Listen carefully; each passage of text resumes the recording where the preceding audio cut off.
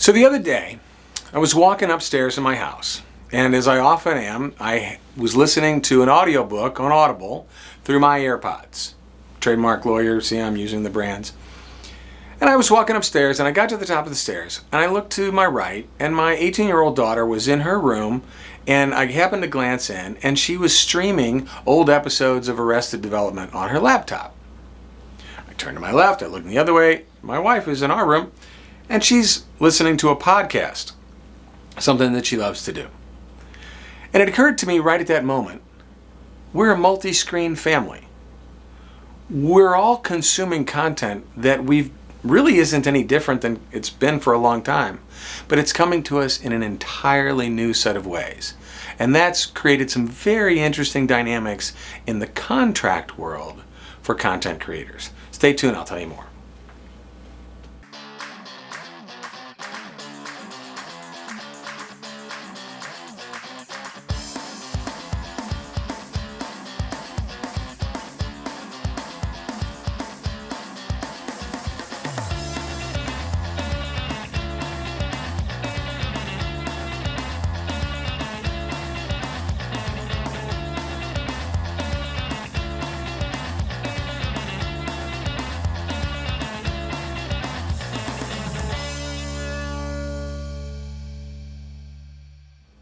Hi, Pete Selsick here.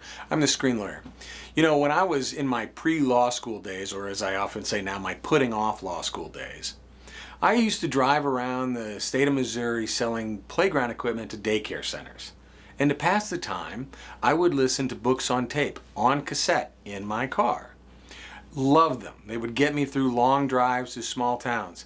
But I always had this fear that at about cassette 6, my tape deck would eat it.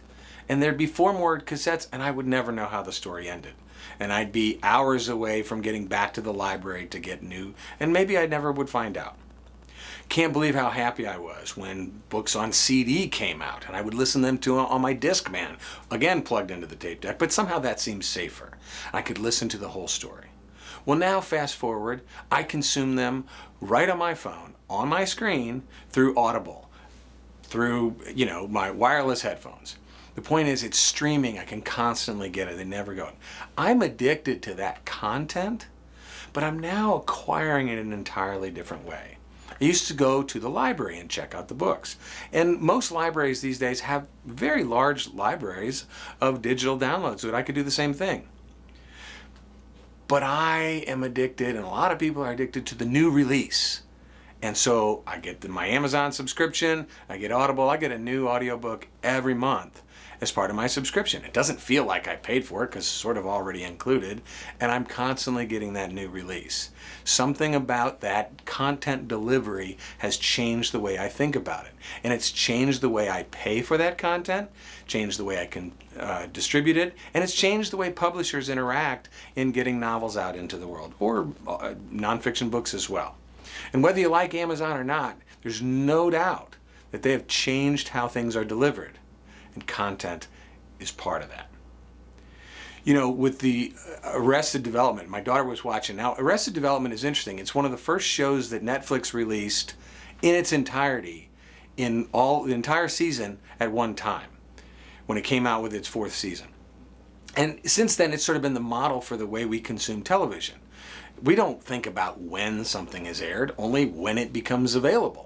It doesn't matter. There's no such thing as Thursday night at 8 p.m. anymore for almost all of the content that we consume. We watch when we want to watch, and that's all we care about. But that's a radical change for more than 50 years of television, because it used to be the most valuable commodity in that world, and therefore the most expensive, was the time slot. It used to matter Thursdays at 8 on NBC, because there were a limited number of hours in the day and a very small limited number of hours when most people watched television, and there were a limited number of networks that could air it. So that meant the time slot was incredibly important, which meant contracts and advertising revenues and distribution agreements and the whole concept of syndication and reruns. All of that was dependent on the value of the time slot. Now, time slot's immaterial. It simply doesn't mean anything anymore, because it doesn't matter when the program is aired, only if it's available. We watch what we want to watch when we want to watch it.